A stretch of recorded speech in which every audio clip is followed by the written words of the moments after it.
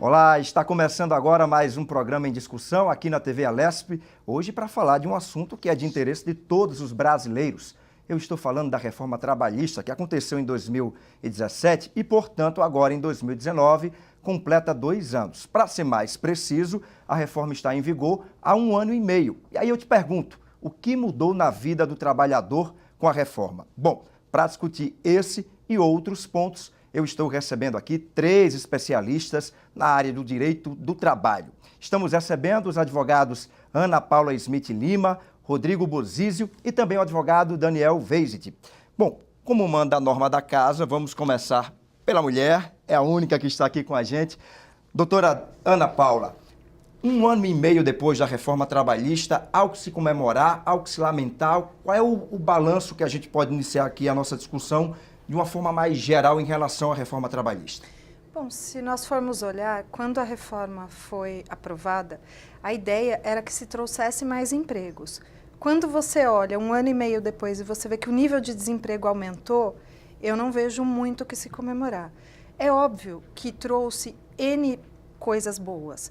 Então você tinha uma legislação mais antiga, agora você tem uma legislação que tentou modernizar e trazer as relações que já existiam e formalizar isso, então trazer pontos importantes como a regulamentação do trabalho em home office, como também a questão da demissão por comum acordo. Então você tem pontos positivos, sim, a tripartição das férias, né, poder dividir as férias agora em 3 períodos, mas ainda tem muito que se fazer. Eu acho que ainda tem muitos pontos que precisam ser olhados melhor. A CLT é de 1943, então é bastante antiga. Doutor Rodrigo, me diz uma coisa, era a hora certa da reforma? Sem dúvida que era necessária uma reforma já há algum tempo. Como você bem disse, a nossa CLT é da década de 40, o Código Civil de 1916 foi reformado em 2002, o Código de Processo Civil, que era de 1973, foi reformado em 2015. Então, vários campos do direito foram avançando conforme... Um processo natural. Processo natural. E a CLT e a dinâmica das relações de trabalho também foram, obviamente, se alterando ao longo dessas décadas e mereciam uma reforma já há algum tempo, a meu ver. É fato que esse represamento, embora legislações pontuais tenham sido editadas ao longo dos anos, essa reforma mais ampla acabou sendo represada por motivos políticos, ideológicos, ou porque havia outras agendas para o país. E há que se reconhecer que, no momento que ela foi feita, de fato, ela não teve, em relação a alguns pontos, uma discussão mais aprofundada com a sociedade. Mas eu vejo isso como um reflexo dessa demora para a deflagração dessa reforma. Uma vez que ela veio, acho que traz muitos pontos positivos, vejo ela com mais pontos positivos do que negativos. Alguns pontos polêmicos já vêm sendo ajustados até pela jurisprudência, por decisões do Supremo Tribunal Federal, como uma agora recente do ministro Alexandre de Moraes em relação ao trabalho da mulher grávida em atividades insalubres. Ele declarou a inconstitucionalidade de uma parte do dispositivo e, portanto, não se exigirá mais que essa mulher grávida apresente atestado médico para se furtar ao trabalho insalubre. Então, era um ponto polêmico e eu vejo também vejo esse e outros pontos em que esse ajuste vai sendo feito e vai se caminhando. E a tendência, a meu ver, é de imposição de uma maior segurança jurídica, pelo menos a médio e longo prazo. Essa questão, você tocou nesse ponto aí da mulher gestante, era um ponto realmente muito polêmico, né, doutor Daniel, da reforma que colocava ali a mulher na condição de trabalhar em condições insalubres, até um certo ponto, se fosse considerado no mínimo detalhe ali que ela podia trabalhar nessas condições. Não, com certeza, isso aí é uma coisa que, não, ao meu ver, é inadmissível. A mulher grávida ela tem que ser respeitada independentemente de lei, de tudo, né? É a vida dela e de uma com de um outro ser. Com certeza. Ela trabalha por uma obrigação, para sustentar a casa. E agora que ela está grávida e, enfim, vai dar à luz, ela não pode ter nenhuma coisa nesse sentido, né? E acho que é um ponto, claro, que a decisão foi tomada na medida certa. Acho que ele foi muito feliz em ter essa decisão. E agora vamos aguardar para ver como que vai ser nos próximos tempos, né? Já que estamos falando de mulher, eu quero ouvir a opinião da doutora Ana Paula também. Eu acho que essa decisão dele, né, acende uma luz Porque esse era um ponto muito controvertido na reforma. Acho que os colegas concordam com isso. É unânime, né? É muito delicado. Então, você falar em expor uma mulher gestante numa situação de insalubridade, ou seja, a insalubridade o que é? É a condição que faz mal à saúde. Como é que você vai depender dela apresentar um atestado para que ela possa ou não trabalhar naquela situação? Ela não pode, ponto. A mulher gestante não é que ela é inferior ou que ela tem que ser tratada de uma forma diferente, e aí as pessoas acabam tendo um pouco de preconceito, né, com o trabalho da mulher. Não é isso. Mas é uma condição especial. E como toda condição especial, ela tem que ser olhada de uma forma especial. Isso é inegável, né? Não tem como fugir muito disso. Então, eu, como disse bem o colega, eu acho que foi uma felicidade, né, esse voto. Ele mostra que existe um caminho e que dos pontos que era controvertido e que estava causando um grande impacto tende a se resolver da melhor forma para o trabalhador. Agora, a senhora tinha colocado um ponto em relação ao desemprego também, né? Eu estou com dados aqui do IBGE em relação ao primeiro trimestre de 2019. O número de desempregados no Brasil subiu. Hoje nós estamos em torno aí de 13,4 milhões de desempregados no Brasil. Na época em que a reforma ela foi aprovada, em novembro de 2017, nós tínhamos 12 milhões de desempregados. Só que a reforma ela foi aprovada também com esse viés, de que seria uma possível solução para a questão do desemprego no Brasil. E o que é que explica? Eu quero a opinião dos três. O que é que explica o fato da gente estar há 1 ano e meio depois que a reforma foi feita com um maior número de desempregados no Brasil? Eu penso que, de um lado, a ideia de que ela geraria empregos, claro, deve ter sido baseada em estudos da equipe econômica, então, no governo, mas é claro que é esperado, existem outros fatores, né? É difícil imaginar que um fator exclusivamente jurídico, uma lei, possa influir de tal maneira na realidade macroeconômica. Sim, claro, isso né? não. Então, acho que o Brasil tem aí elementos macroeconômicos de uma recessão fortíssima e que talvez nos possa suscitar a questão seguinte: será que o desemprego também não teria aumentado ainda mais se alguns avanços aqui e ali foram feitos? Mas, por outro lado, acho que um diagnóstico também que se pode fazer é em relação, por exemplo, ao trabalho intermitente, que foi trazido pela reforma trabalhista, também é um ponto polêmico e que, até por uma regulamentação que não foi suficientemente segura, ou pelo menos não parece suficientemente segura, acabou não sendo utilizada como se imaginava. Então, talvez naquele quadro, naquela ideia de redução de desemprego, se tivesse como base o trabalho intermitente, que acabou não se avançando tanto nesse aspecto por insegurança dos empregadores. Existiu aí uma certa frustração, doutor Daniel, em relação a esse aumento no número de desempregados? Olha, na verdade, é muito temerário falar unitariamente que uma reforma, enfim, que foi a trabalhista, fosse mudar o cenário do emprego, gerar mais emprego e etc., né? Eu acredito que o problema, para ser resolvido, tem uma série de medidas, né?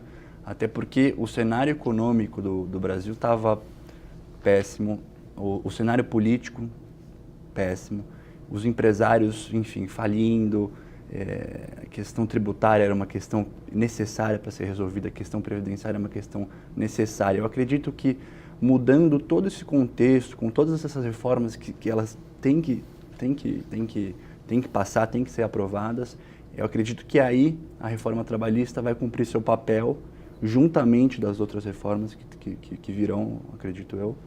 E aí sim a gente vai ter um Brasil que todo mundo quer ver. Isso ainda é cedo, 1 ano e meio depois, doutora, para... claro, não dá, que nem os colegas falaram aqui, não dá para apontar a reforma trabalhista como a causadora do aumento do desemprego no Brasil, mas o discurso que se foi vendido na época era de que seria uma válvula de escape aí, os 12 milhões de desempregados que nós tínhamos.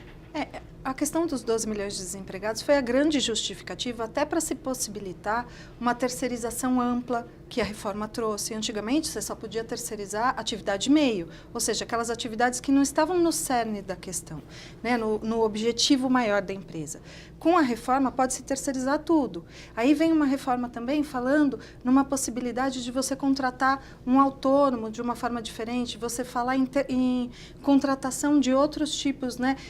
Se fala muito na pejotização, então disse que a reforma regulamentou isso, e o grande viés e o grande discurso que vinha acompanhado disso era que era uma forma de regulamentar, possibilitar o aumento dos empregos. E a gente não está vendo isso. Como bem disse o doutor, a questão do intermitente era uma esperança também, mas por conta de uma regulamentação precária, isso não está sendo utilizado. Vocês conseguem enxergar uma falha para esse aumento no desemprego? Eu acho que não tem uma falha, né, doutor? É. Um ponto assim que se possa. Eu não consigo enxergar esse nexo causal. Ou pelo menos, não acho que a reforma tenha causado desemprego. Ela pode não ter evitado, ela pode eventualmente não ter evitado ainda, mas eu tenho a esperança, como eu disse, num médio e longo prazo, com ajustes aqui e ali, pegando como mote o seguinte aspecto, por exemplo. A reforma trouxe muitas mudanças no campo processual, né? As mais notáveis e largamente faladas são a possibilidade, a imposição de honorários sucumbenciais, né, para aquele que entra com uma ação e não é vencedor nessa ação, tem que pagar honorários para a parte vencedora, para o advogado da parte vencedora, e o pagamento de custas, né, uma imposição de um regramento um pouco mais rígido, bastante mais rígido, para a gratuidade de justiça, por exemplo. Isso resultou numa redução substancial do número de ações novas. E vejo esse caminho, eu vejo, pelo menos a médio prazo, como um alívio financeiro para uma boa parte do empresariado. E quando eu falo empresariado, não estou falando, a gente tem que ter em mente sempre que a gente não está falando só de multinacionais, nem de empresas de grande porte, a gente está falando também da padaria da esquina, né, do empregador doméstico. Então, esse custo do processo, né, da contratação de advogado para se defender no processo, esse custo é reduzido. Em algum momento eu tenho a impressão de que isso se reverterá na preservação do emprego, na geração de uma capacidade de investimento maior desse empregador. Doutora Ana Paula, eu quero voltar um pouquinho na terceirização, que a senhora deu uma pincelada agora rapidinho. Isso é um ponto negativo da reforma? Eu acho que ele é um ponto de modernização, se bem utilizado. Né? Se você usa a terceirização de uma forma correta, com o tomador de serviço tomando a precaução, contratando uma empresa idônea, fiscalizando se essa empresa está cumprindo com as obrigações legais, esse é um ponto positivo, porque ele tem mais possibilidade, na verdade, de pensar no negócio por si só, né? Enfocar toda a energia dele para fomentar o negócio e pensar em estratégias. E aí você tem empresas especializadas. Porém, não é isso que a gente verifica na maioria dos casos. Você pega grandes centros, como São Paulo, você ainda tem uma fiscalização melhor, mas a gente tem que pensar em termos de Brasil. Né? Então, tem localidades que não vai se ter esse cuidado, que não se tem toda essa fiscalização. E aí a terceirização ela acaba auxiliando uma precarização da condição de emprego. E é esse cuidado que eu acho que se tem que olhar. É bem por aí também que o senhor enxerga, doutor? É bem por aí. Na verdade, é uma evolução, né? Acho que o mundo inteiro eles têm esse serviço terceirizado da forma que nós estamos adotando aqui e traz uma redução de custos para o empresário, mas também tem as eventuais fraudes e etc. Mas uma coisa é certa, uma vez que a empresa que terceiriza não arca não cumpre com o papel de fiscalização, não cumpre com o papel não cumpre com o papel de ser uma empresa proba e etc., a empresa tomadora vai ser responsabilizada. Então, ela precisa tomar muito cuidado com relação a isso. Sim. Eu queria só adicionar um pensamento também no seguinte sentido. A rigor, essa questão da terceirização da atividade fim, ela veio ao nosso ordenamento agora, não só por conta da reforma trabalhista, mas também por uma decisão do Supremo Tribunal Federal que, tendo em mira a legislação anterior, a legislação antiga, ele entendeu que a terceirização de atividade fim por si só não é ilícita. Então, mesmo que nós não tivéssemos tido a reforma trabalhista, a reforma legislativa trabalhista, essa decisão do Supremo Tribunal Federal, ela se aplicaria. E ela tem efeitos, inclusive, retroativos. Então, nem se trata de aplicar a terceirização de atividade fim não se tornou lícita só a partir da reforma, a partir de 2017. Pela decisão do Supremo, ela sempre foi lícita. E a jurisprudência que entendia o contrário estava equivocada, né? Partindo da premissa adotada pelo Supremo.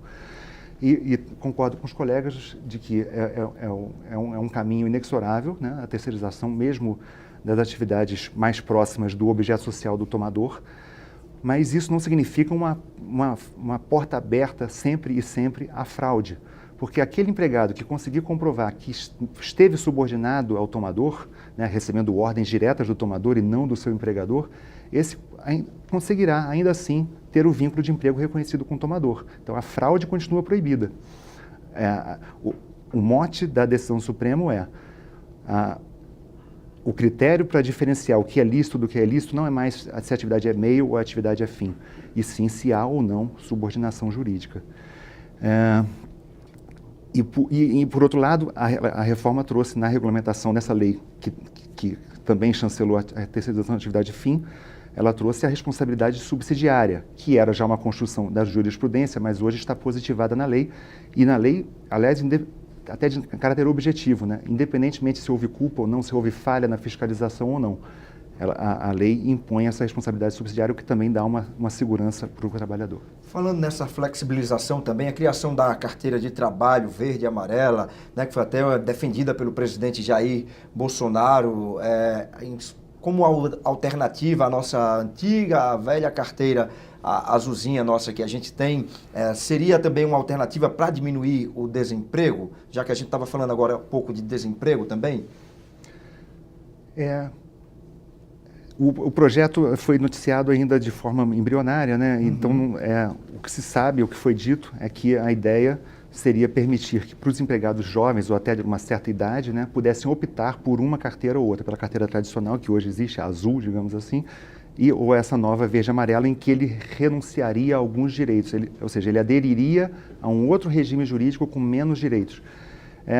Independentemente da questão se isso pode gerar emprego ou não, porque eu acho que é uma questão que os economistas poderiam falar melhor, mas do ponto de vista jurídico eu acho bastante polêmico, não sei se os colegas concordam, porque, de um lado, ele traz como diferenciador a idade, né? E o fator idade, essa diferenciação de tratamento pela idade sempre causa uma certa estranheza. Qual é a idade?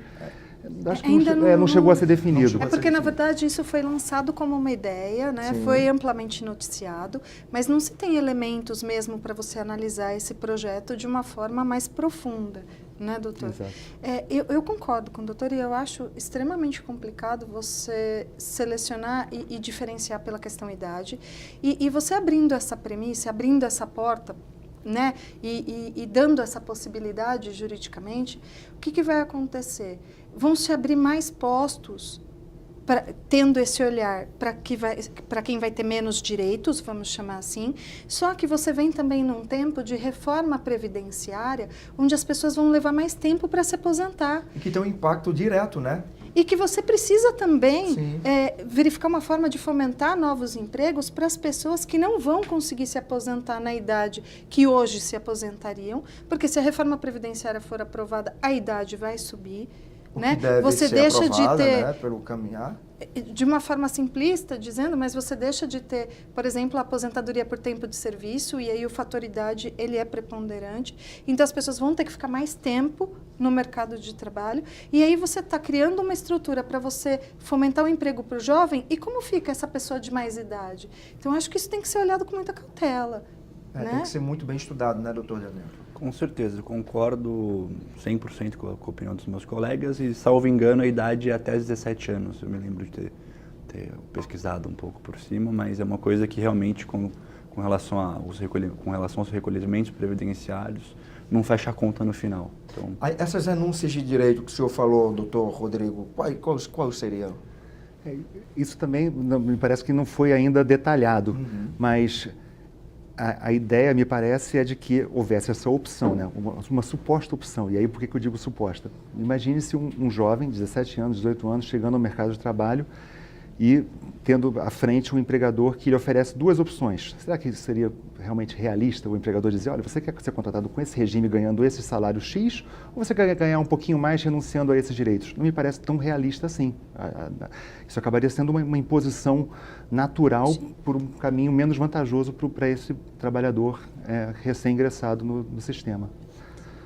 É bem por aí. Eu queria também, já que o senhor está com a palavra, o senhor estava falando do trabalho intermitente, queria que você explicasse melhor como é que funciona, como é que ele está funcionando.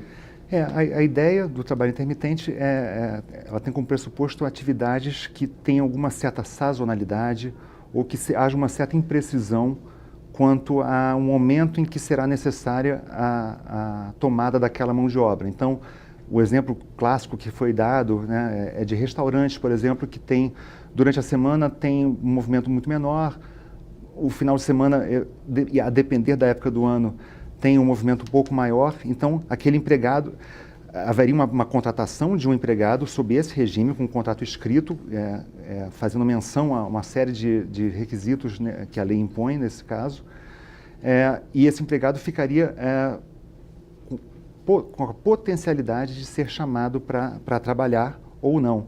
Mas aí isso resulta, o fato negativo é que esse empregado fica numa incerteza e não se sabe, eventualmente, pode até por um período razoavelmente longo, ficar sem remuneração, né? Então, uma série de outras imprecisões ali e dúvidas sobre pagamento, inclusive, de como se daria o pagamento de férias, 13º, uma série de questões que geraram essa insegurança que me parece ter motivado a pouca aplicação até agora desse instrumento. A gente já falou de alguns pontos aqui, foram muitos pontos com a reforma trabalhista. Um deles é em relação à jornada de trabalho, doutora Ana Paula. Como é que ficou a distribuição da jornada de trabalho com essa nova reforma? Então, agora, na verdade, as empresas podem negociar a jornada 12/36, que é uma jornada que anteriormente ela era restrita, né? Então, agora você faz a negociação, quer seja por negociação por meio de instrumento normativo, e aí você amplia a possibilidade da utilização dessa jornada. Tem a questão da hora in itinere, que antigamente é a hora que o empregado despende para ir da residência até o trabalho em local de difícil acesso.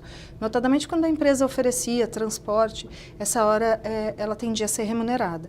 Com a reforma trabalhista, ela deixou de existir essa figura. Essa figura não existe mais. Então, houveram algumas mudanças. No caso de empregados que recebem mais do que 11 mil, hoje quase 12 mil reais, é livre a negociação. Então, eu poderia, por exemplo, se eu sou um empregado com esse tipo de remuneração, eu posso negociar com o meu empregador, por exemplo, uma redução de intervalo. Eu posso, em vez de ter no meu contrato de trabalho instituído que o meu intervalo vai ser de 1 hora, ele ser de meia hora. Então, tem algumas questões notadamente relativas à jornada, que eu nem vejo, a exceção da hora in itinere, que é um caso em discussão, quando você olha em São Paulo, realmente não faz sentido, né? Mas quando você olha em alguns lugares, existem lugares que a pessoa, para chegar no posto de trabalho, ela leva cerca de 2 horas. E aí, você vai tirar e fazer com que essa pessoa se desloque todo esse tempo sem receber uma remuneração, talvez isso pudesse ter sido melhor estruturado, né? Mas basicamente são esses os pontos, né, doutor? Parece que sim, em relação à jornada são os Sim, acredito também que o horário que o trabalhador usa para se trocar eventualmente, quando ele, enfim, 2 horas de trajeto, às vezes ele não chega na condição que ele quer chegar. Então, aquele horário também que ele passa a botar a roupa da empresa, propriamente dito, que era computado também como hora trabalhada, computado só depois da ação trabalhista, porque ninguém computava isso, né? Não. Então, corrigindo, depois da ação, mas agora também não faz mais parte. Isso foi o senhor considera isso como um ponto negativo?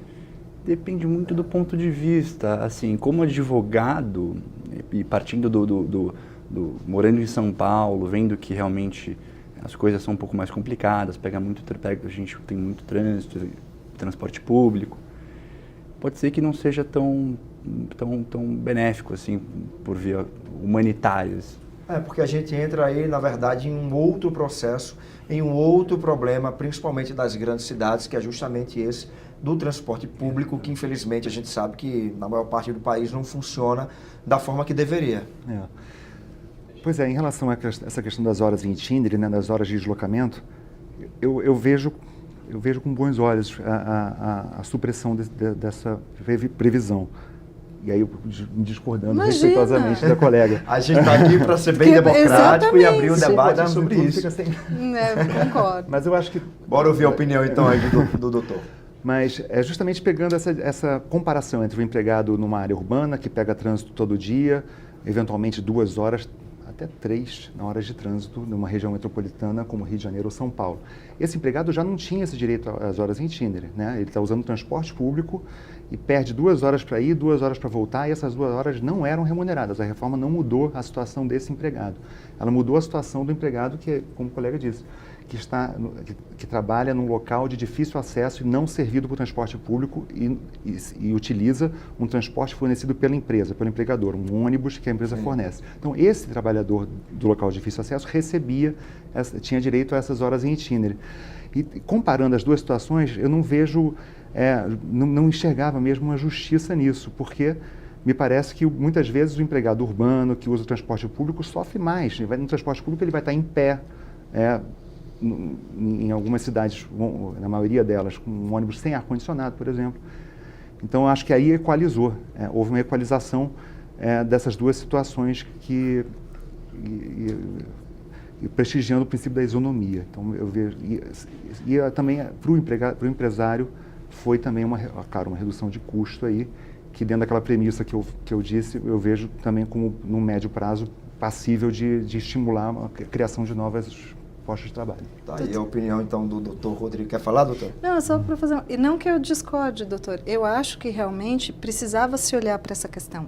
Mas não dá para você fazer uma coisa também sem olhar para os pontos específicos. Eu acho que esse é um ponto que, na minha visão, por já ter até militado em algumas questões e visto algumas coisas diferentes, deveria ter sido discutido melhor e tentar se chegar num meio termo e tentar se colocar uma regra talvez intermediária e privilegiar e especificar o que seria a exceção e aonde isso, porque era regra talvez geral. Detalhar, né? Melhor, exatamente. Né? E aí a gente volta para aquele ponto do começo. Então, assim, foi uma reforma, como bem disse o doutor no começo, que não foi colocada amplamente para discussão. Então, as pessoas não puderam opinar, os juristas, não teve uma discussão maior. Todas as outras reformas, quando você pega a reforma do Código Civil, quando você pega a reforma do Código de Processo Civil, houve uma discussão. Chega-se a partir de uma discussão num resultado. Essa reforma ela veio meio que de cima para baixo. E aí, quando você não traz isso à discussão antes, depois você vai ter que resolver por meio de ações, por meio de discussão, para verificar qual vai ser o entendimento do judiciário. Então, esse, doutor, como eu disse, é um ponto que eu acho que assim, ele podia ter sido melhor colocado. Sim, sim. Não, disso eu estou de pleno acordo.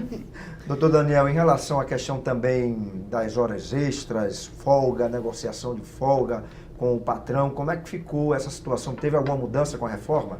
Com certeza, teve uma mudança bem grande, né? Que foi introduzir um banco de horas onde o patrão pode vir a negociar com o seu funcionário. Se ele fizer o limite, né? Tem o teto de 10 horas diárias, que é o limite que você pode trabalhar. E trabalhou durante 10 horas no dia, você pode, enfim, no dia seguinte trabalhar menos, ter um descanso um pouco maior. Mas isso é uma coisa boa e ruim, né? Boa para o empregador, que uma vez ele podendo, em tempos de altas demandas e etc., ele conseguir esticar um pouco mais o horário de trabalho do funcionário e reduzir quando não tem tanta demanda. E isso é uma coisa boa para o empregador. E para o empregado, efetivamente, muitas dessas horas que ele vai trabalhar mais, o empregador, via de regra, tem 6 meses para poder compensar essa hora. Então, às vezes, ele passa o tempo, ele não recebe nem como hora extra. Ok, a gente vai para o intervalo que passa rapidinho, você já sabe. Daqui a pouquinho, então, a gente vai voltar falando mais sobre a reforma trabalhista. Não sai daí, eu espero você.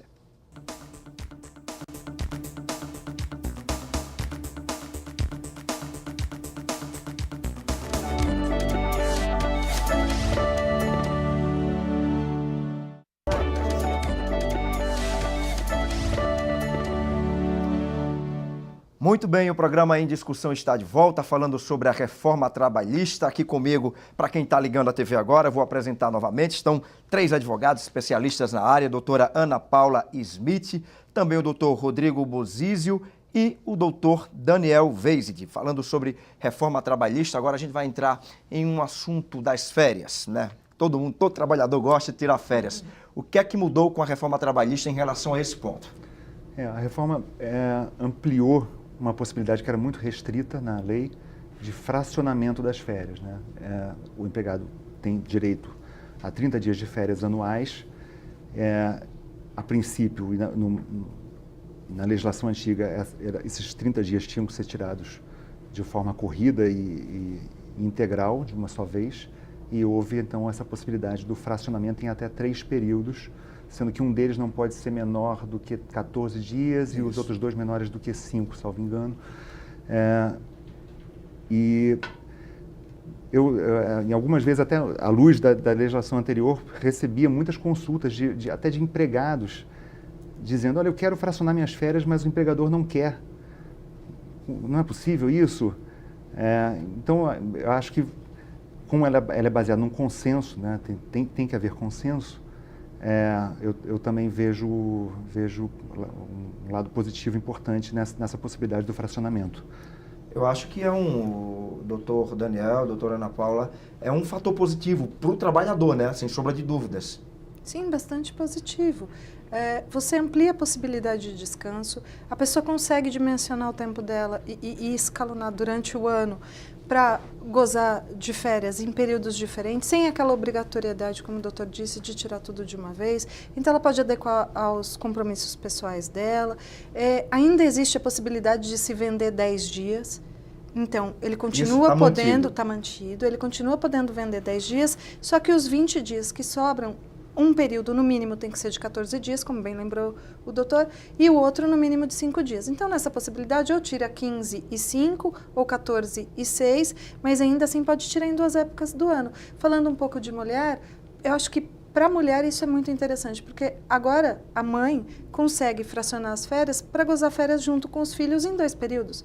Porque se você pensar no ano letivo, tem férias no meio do ano, tem férias no final do ano, e a mãe consegue dividir um pouco e poder ficar um pouco mais com seu filho. Eu acho isso super positivo. Aí eu te faço a seguinte pergunta, doutor Daniel. Bora lá, o empregador quer que o funcionário tire aí em 3 vezes. Mas se o trabalhador não quiser, o que é que acontece?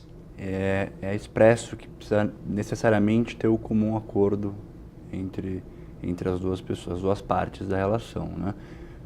Via de regra, sempre é o empregador que tem o poder de impor, mas agora, para poder fazer esse fracionamento, precisa ter um comum acordo. E aí, é um comum acordo, obviamente, né, que tem que ter entre ambas as partes, mas é interessante também para o empregador fracionar em 3 vezes? Depende aí da conjuntura da empresa? Depende da atividade da empresa, da sazonalidade dos seus serviços ou atividades industriais. É claro que, em relação a essa questão do acordo, eu acho que o mais seguro para a empresa é aguardar, né, que o empregado peça, né, e até que formalize isso. Acho que fica mais seguro, embora não seja impossível que venha dela a iniciativa, mas aí o empregado eventualmente pode se sentir um pouco constrangido a aceitar, né, para manter o emprego, coisa assim. Então, pode ser um pouquinho mais polêmica, mas não que seja ilícita. Falando em acordo, a gente vai falar agora também do acordo da rescisão contratual. Antes a gente sabia que era uma prática comum de algumas empresas. Por exemplo, você ia lá, vou te demitir, você vai receber os 40% e você devolve esses 40% depois para a empresa. Agora não, existe na lei está formalizado o acordo na hora de rescindir um contrato, né? Isso, existe a possibilidade da rescisão por comum acordo, ela é outro ponto positivo da reforma, se a gente for olhar, porque já era uma figura que existia. Então, já existiam algumas empresas que faziam isso, então o empregado tinha a vontade de se desligar, a empresa concordava e eles combinavam e o empregado devolvia a multa de 40%. Só que era temerário, porque a empresa também não tinha garantia que o empregado ia devolver e, por outro lado, o empregado se sentia lesado porque trabalhou todo aquele período e estava devolvendo tudo. Era tudo no jogo da palavra, né? Do boca a boca. Exatamente. Exatamente. Sem nenhuma garantia. E agora como é que ficou, doutor Daniel? Bom, agora, na verdade, as duas partes elas podem assinar um acordo. É necessário, imprescindível que as duas tenham um advogado constituído, tanto o empregador quanto o empregado, para que sejam evitadas as fraudes, né? Porque eventualmente tem aqueles advogados casados, ou o empregador indica um outro advogado só para assinar, e aí eles assinam e pedem para homologar e acaba sendo homologado. E outra coisa também que foi interessante, que não deixa tão mais célere assim, é que depois que peticionado o acordo em juízo, no juiz você peticiona o acordo, vai ser designada uma audiência para que tanto o empregado quanto o empregador compareçam com o intuito de verificar se realmente o empregador tem essa noção do que está sendo, as verbas que estão sendo pagas, para ver se não tem nenhuma coação, nenhuma coisa nesse sentido. Daí a importância também de ter a presença lá do advogado para garantir isso, né? Agora, como é que ficou essa questão, por exemplo, eu estava falando aqui, antes o trabalhador muitas vezes acabava devolvendo a multa dos 40%, agora com o acordo a empresa paga uma porcentagem menor, né? Por favor, doutor, fica à vontade. É que são dois acordos diferentes. Sim. Né? Tem o Bora acordo... explicar os dois. Isso, tem o acordo da rescisão, que daí ele é feito como uma forma de ruptura do contrato de trabalho. Sim. E aí ele é feito a pedido do empregado com a concordância do empregador, então tem que ter como um acordo dos dois, onde nesse tipo de rescisão o empregado recebe a multa de 20% do fundo de garantia, o empregador paga 20% da multa que a priori é 40%, exatamente. Sim.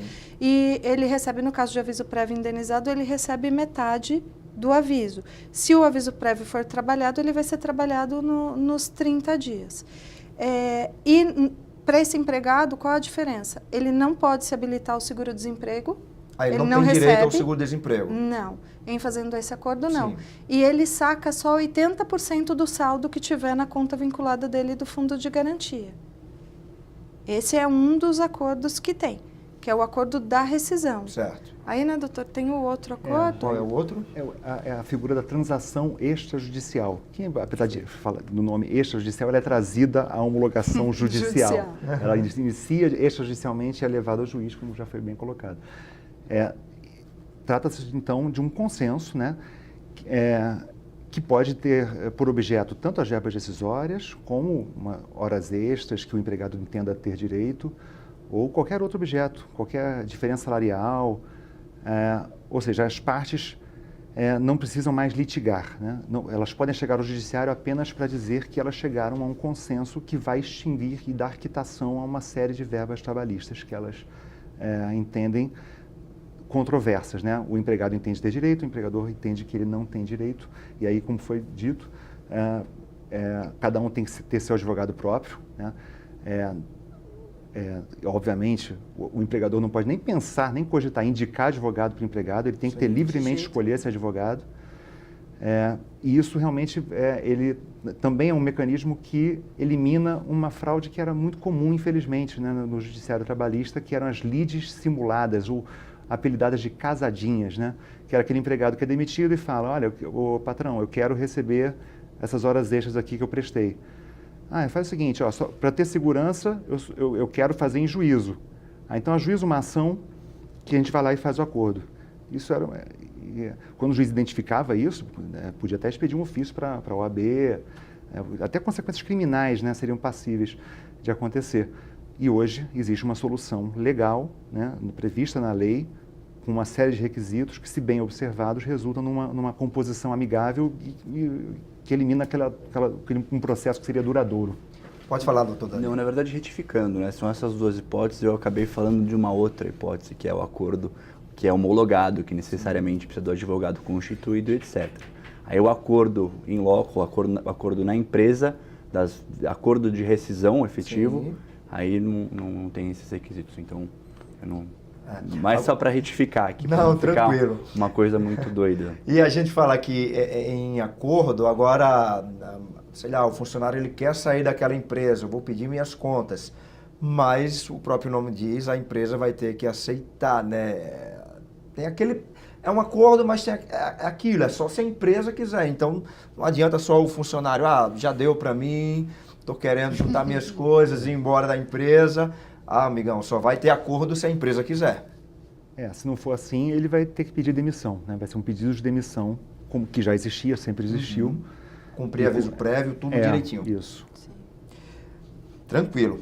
Reforma trabalhista, a gente está falando também sobre essa questão da presença dos advogados na hora de fazer lá a rescisão. É necessária a presença de sindicato? Não. Ou era necessário antigamente? Não. Antigamente tinha a figura da homologação da rescisão do contrato de trabalho, que podia ser feito tanto no Ministério do Trabalho como no sindicato. E isso deixou de ser obrigatório com a reforma trabalhista. Então, hoje, a empresa, ou o empregado pede demissão, ou a empresa opta por demiti-lo, emite todas as guias e o empregado depois vai, consulta um advogado para verificar se tudo foi pago de forma correta, mas não tem mais a necessidade de uma chancela, né, de um outro órgão. Porque quem trabalhava mais de um ano com carteira assinada, para sacar o fundo de garantia e o seguro-desemprego, necessariamente precisava passar pela homologação. E hoje já não é mais preciso. Agora, falando nesse ponto do sindicato também, né, saiu a obrigatoriedade de você pagar ali a sua taxinha anual. De uma certa forma, a reforma trabalhista enfraqueceu as relações do sindicato. Qual é a posição de vocês em relação a isso? Olha, no meu ponto de vista, o sindicato que se colocar melhor, ele vai continuar tendo os seus empregados, ou no caso do sindicato patronal, também vai ter as empresas associadas. Tudo vai de uma questão de posicionamento. Se você olhar a grosso modo e de uma forma ampla, os sindicatos deixaram de ter aquele repasse obrigatório. Sim, e era uma anual, situação cômoda, porque assim, existia aquilo, já estava instituído, e a empresa descontava e repassava, e ele não tinha que ter um movimento de approach com o trabalhador. Hoje em dia, a situação muda um pouco. Ele precisa se mostrar presente para que o empregado queira pagar. Vocês acham que foi um ponto, então, correto da reforma? Eu acredito que sim, porque virou que nem a livre concorrência. Quem tiver mais benefícios, quem se mostrar mais proativo, vai ter mais pessoas, enfim, contribuindo e etc. Mas eu achei positivo, achei que foi interessante. Eu também acho que o imposto sindical, né, como se chamava, a contribuição social sindical obrigatória, era de fato uma excrescência, eu diria assim, porque de fato gerava esse comodismo, né? O sindicato, ele recebe aquele dinheiro e não precisa... Vai ter aquele dinheiro ali anual.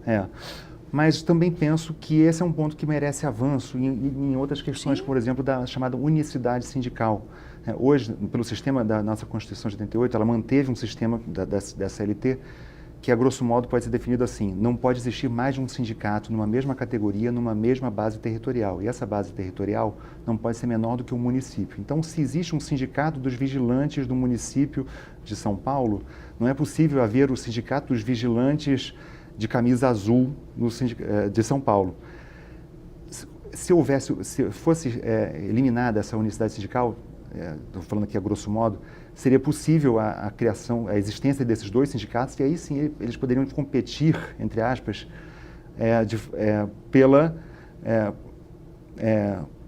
em prol daquela categoria, né? Tentando conquistar a base de trabalhadores mediante conquistas que cada um obteria com as suas lutas naturais, inclusive instrumentos extremos como a greve, por exemplo. Ou seja, vocês comungam da mesma opinião de que não houve um enfraquecimento das entidades? O enfraquecimento, na verdade, está ocorrendo. A gente tem visto uma série de sindicatos fechando as portas, reduzindo o quadro e tudo mais. Mas existe a esperança. Mas seria pelo fato de não ser proativo? Exato, porque pense da seguinte forma. Antigamente, o empregado, querendo ou não, pelo menos o chamado imposto sindical era descontado dele e repassado para o sindicato. Aquela verba era garantida. Existiam outras contribuições estabelecidas nas convenções coletivas e tudo mais, que daí algumas empresas acabavam descontando, outras o empregado apresentava oposição e não sofria desconto. Mas ainda assim era uma outra renda. E a empresa era intermediária desse pagamento. Agora, até com a medida provisória que foi aprovada, a gente tem dois cenários. Tem o cenário que veio da reforma trabalhista, onde ela deixou de ser obrigatória, e eu tenho o cenário onde agora a empresa não faz mais o repasse. Então, além de não ser obrigatório, o empregado que queira contribuir com o sindicato, ele tem que ir lá e ele vai pagar isso por meio de boleto, se a gente for olhar nos termos da medida provisória. Então, se você não tem um sindicato atuante, você não tem isso colocado de uma forma que conscientize o trabalhador da importância do sindicato, vai gerar um enfraquecimento. Né? E aí é um outro trabalho, daí vem um trabalho de educação, vem um trabalho de conscientização do trabalhador da figura do sindicato e da importância dela. E o sindicato vai ter que se reorganizar e também mostrar essa importância para o trabalhador. Então tem esses pontos que devem ser considerados. Não há dúvida que,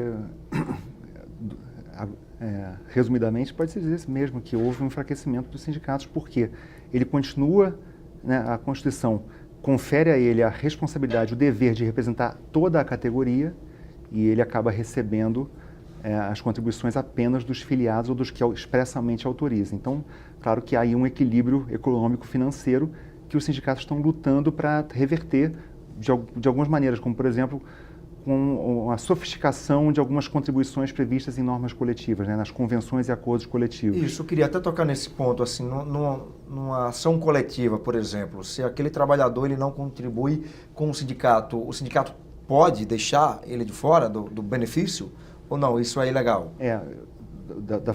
Pela norma constitucional que está em vigor, então, de fato, muitos sindicatos estão tentando fazer valer esse entendimento, né? E até deixando isso expresso em normas coletivas, nas convenções coletivas. Trabalhador. Só vai oferir os benefícios dessa convenção coletiva àquele trabalhador que contribuir.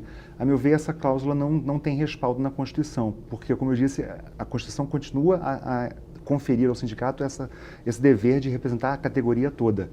E não selecionar, né? Tem sindicato que está se valendo da forma como o doutor colocou, e tem sindicato que está se valendo do seguinte: eu tenho lá um acordo coletivo, uma convenção coletiva abrangendo a todos. Porém, quem é filiado ao sindicato tem melhores condições. Então, para não cair nessa questão do eu não negocio para você que não contribui, ele cumpre com a questão constitucional, é uma forma que está se desenhando, ele negocia, e aí é o básico, né? E alguns outros direitos maiores, com valores maiores e com mais proteção, são só para aqueles que são filiados. E aí tem uma discussão, se até mesmo esse tipo de segmentação, no meio de uma negociação coletiva, se ele vai ser válido ou não. A gente ainda não teve um pronunciamento do judiciário, né, doutores? Mas tem sindicato se valendo disso e a grande incógnita, né? Vamos ver o que virá. E para você ver como os sindicatos eles estão com o pensamento completamente errado, né? A meta deles é atrair, enfim, mostrar serviço, trazer benefícios, trazer para dentro os trabalhadores. E fazendo isso, dando benefícios para um e tirando do outro, enfim, botando cláusulas que eles não têm, os outros funcionários que são da mesma categoria não têm a mesma representatividade em alguma ação específica, isso aí só vai afastando, vai falar, olha, aquele sindicato realmente não me representa. Então, é uma questão de educação até para o próprio sindicato, enfim, é um jogo que ele vai ter que fazer para ver... Reorganizar a casa, né, vamos dizer assim. Deixa eu entrar agora num assunto que eu acho que talvez seja um dos mais importantes da reforma trabalhista, em relação quando o trabalhador ele vai entrar na justiça, né? Ele foi demitido, enfim, ele acha que sofreu algum tipo de assédio na empresa e vai colocar aquela empresa na justiça. Houve mudança em relação a isso também, né? Hoje é o trabalhador que vai arcar com os honorários, caso ele perca na justiça? Sim, há essa previsão de honorários sucumbenciais, né, que é o nome que se dá, ou seja, mas isso vale também para a parte ré, né? Se o trabalhador for vencedor nesse processo, a empresa, o empregador, terá que pagar honorários sucumbenciais para o advogado do autor. Não é um direito da parte propriamente, mas sim do advogado. Ambas as partes. Mas é recíproco, inclusive se houver sucumbência recíproca, né? Se ele pediu 10, recebeu 5, aí uma sucumbência recíproca e gera créditos para os advogados das partes opostas. Mas a partir do momento em que o trabalhador ele entra nessa causa aí de que pode vir a ter que pagar os honorários em caso que ele venha perder a causa dele na justiça, isso não acaba gerando uma certa frustração, um certo medo do trabalhador entrar na justiça, embora ele saiba que ele tem aquele direito, lá no fundo, eu sei que eu tenho direito de lutar pelos meus pelos meus direitos mesmo, mas ele acaba muitas vezes desistindo depois da reforma.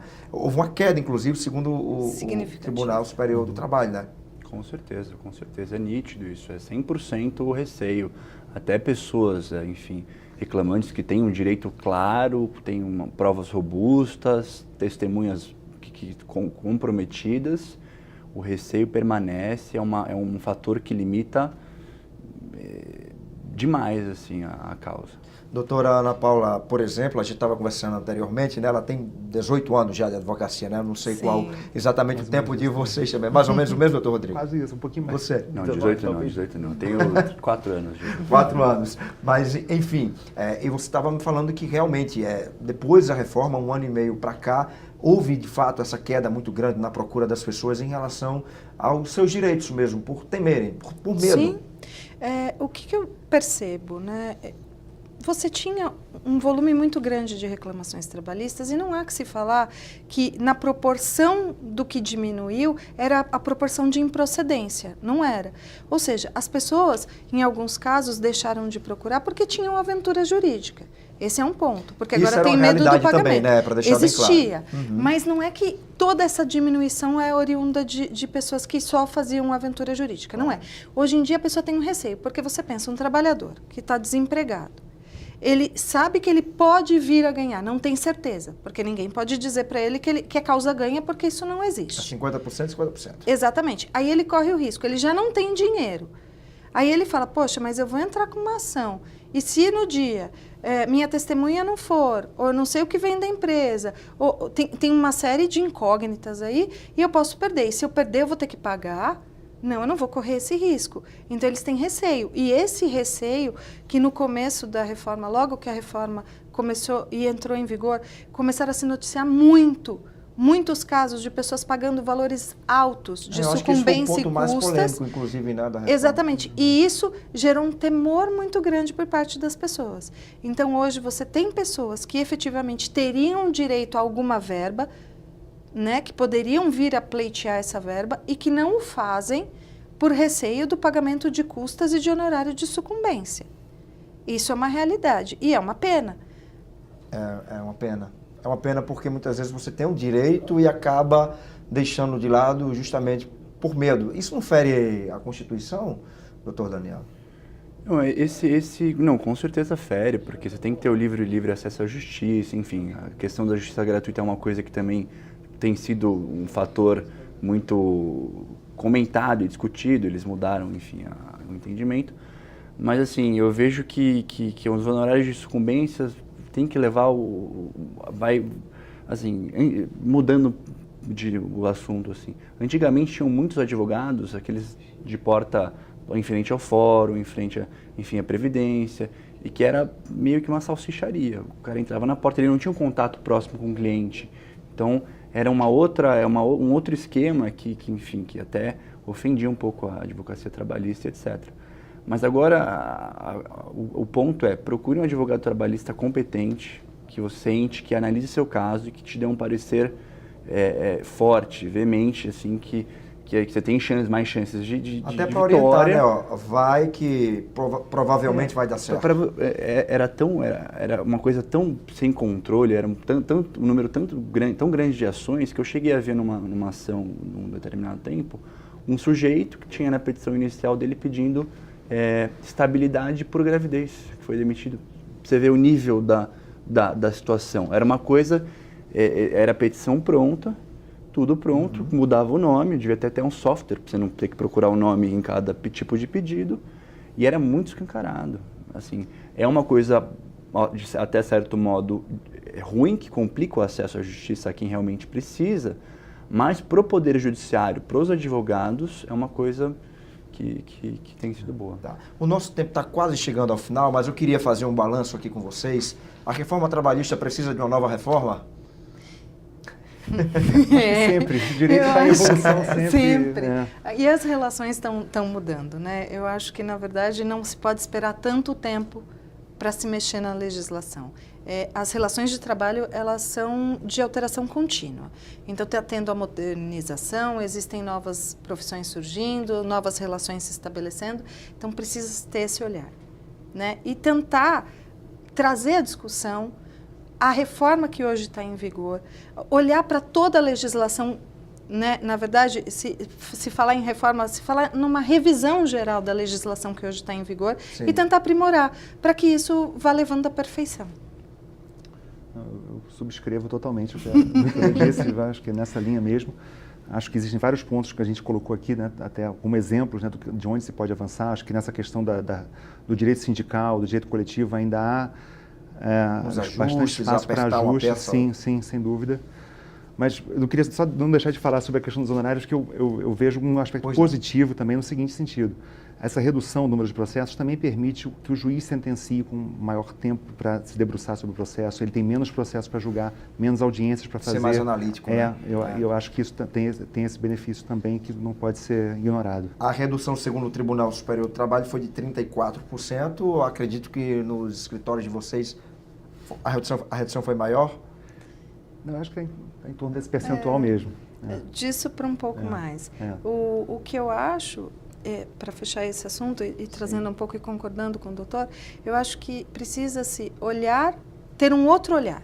Né? Então, agora, quando você for entrar com uma reclamação trabalhista, entre com elementos que sejam robustos, entre com provas, porque o direito está aí, ele precisa ser exercido. Inclusive, exato. Né? Contrate um bom profissional, contrate um profissional sério, que vai olhar a sua causa, que não vai entrar com uma aventura jurídica e sair fazendo 1 milhão de pedidos, ou como bem disse o doutor, pedindo estabilidade gestante para um homem, Sim. que é um absurdo. Total. Mas procure um bom profissional e veja se efetivamente você tem ou não tem direito. O que você não pode é, por temor, deixar de fazer valer o seu direito. E isso vale para a empresa também.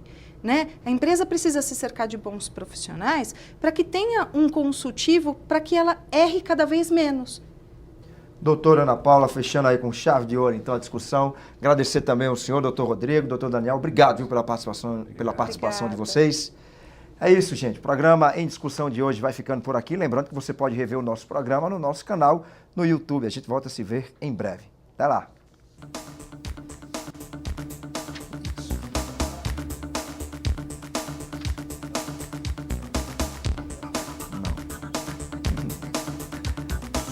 Foi bom, né, a discussão? Comunicação. Boa. Vale a pena. Muito bom.